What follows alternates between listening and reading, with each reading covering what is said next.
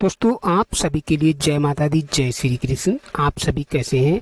आज हम आपके साथ बात करने वाले हैं और आपको बताएंगे जो व्यक्ति की कुंडली में 12 स्थान होते हैं और हर ग्रह सदैव एक व्यक्ति की कुंडली में एक ही स्थान पर शुभ भाव में नहीं रहता है, समय के साथ स्थान परिवर्तित करते रहते हैं।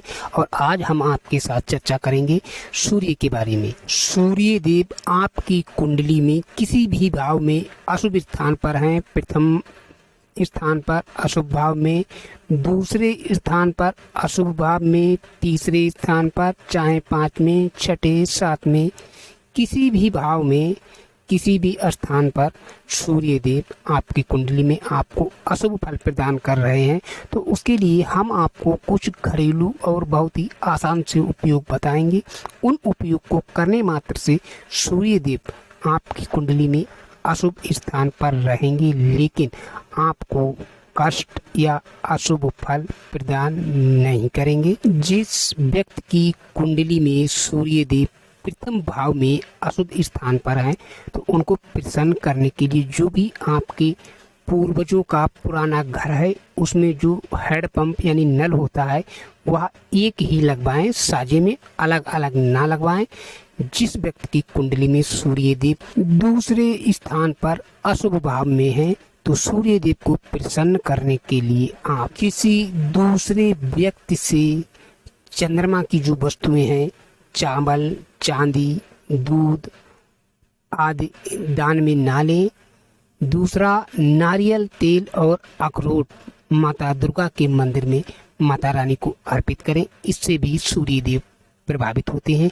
जिस व्यक्ति की कुंडली में सूर्य देव तीसरे स्थान पर तीसरे भाव में अशुभ हैं, तो उन्हें प्रसन्न करने के लिए आप अपने दादा दादी का आशीर्वाद प्राप्त करें, इससे भी सूर्य देव प्रभावित होते हैं। जिस व्यक्ति की कुंडली में सूर्य देव चौथे स्थान पर अशुभ भाव में हैं, तो उनको प्रसन्न करने के लिए आप जो नेत्रहीन यानी कि अंधे व्यक्ति हों उन्हें भोजन खिलाएं, मांस मदिरा का सेवन ना करें, तांबे का सिक्का एक खाकी रंग के धागे में पिरोकर गले में धारण करें, इससे भी सूर्य देव प्रसन्न होते हैं।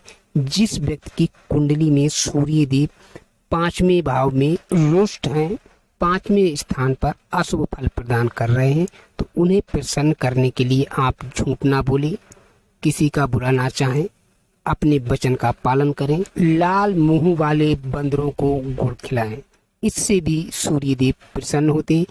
इसके बाद जिस व्यक्ति की कुंडली में सूर्य देव छठे स्थान पर अशुभ भाव में है, तो उनको प्रसन्न करने के लिए आप बंदरों को गेहूं और गुड़ का भोजन कराएं। एक छोटा सा चांदी का चौकोर सिक्का ले लें, उसे जमीन के अंदर दबा दें, इससे भी सूर्य देव प्रसन्न होते हैं। इसके बाद जिस व्यक्ति की कुंडली में सूर्य देव 7वें स्थान पर अशुभ फल प्रदान कर रहे हैं, तो उनको प्रसन्न करने के लिए आप रात्रि में भोजन बनाने के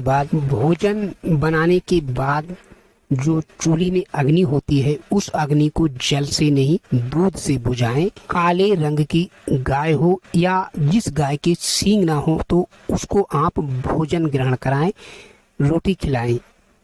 कोई भी काम आरंभ करने से पहले आप मिठाई खाएं, उसके बाद जल ग्रहण करें, उसके बाद ही अपना कार्य आरंभ करें। तो इन उपयोग को करने से सूर्य देव प्रसन्न होते हैं।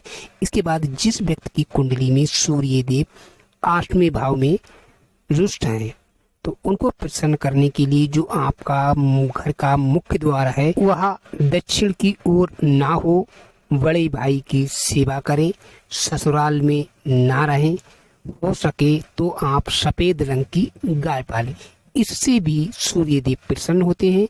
इसके बाद जिस व्यक्ति की कुंडली में सूर्य देव 9वें स्थान पर रुष्ट हैं, तो उन्हें प्रसन्न करने के लिए आप पीतल के बर्तन रखें, किसी दूसरे व्यक्ति से चावल, दूध, चांदी का दान ना लें। कोई व्यक्ति इन वस्तुओं को आपको दान करे तो सीधा आप मना कर दें और उन वस्तुओं को दान में ना लें। इसके बाद जिस व्यक्ति की कुंडली में सूर्य देव 9वें स्थान पर आप पर रुष्ट हैं, तो उन्हें प्रसन्न करने के लिए सफ़ेद रंग की टोपी या पगड़ी पहने, पैतृक घर में हैंडपंप लगाएं, मट मैले रंग की भैंस की सेवा करें। इसके बाद जिस व्यक्ति की कुंडली में सूर्य देव 11वें भाव में अशुभ स्थान पर हैं, तो उन्हें प्रसन्न करने के लिए आप मांस का सेवन ना करें, मछली ना पकड़ें, कभी झूठ ना बोलें, कसाई से बकरी बकरा खरीद कर स्वतंत्र कर दें। इससे भी सूर्य देव 11वें भाव में यदि रुष्ट हैं तो प्रसन्न होते। इसके बाद जिस व्यक्ति की कुंडली में सूर्य देव 12वें स्थान पर रुष्ट हैं, तो उन्हें प्रसन्न करने के लिए आप घर में अधिक से अधिक समय के लिए अग्नि रखें। दोस्तों, यही थे सूर्य देव को प्रसन्न करने के लिए घरेलू और बहुत ही आसान से उपयोग। और इसी के साथ आप सभी दर्शकों के लिए जय श्री कृष्ण, जय माता दी।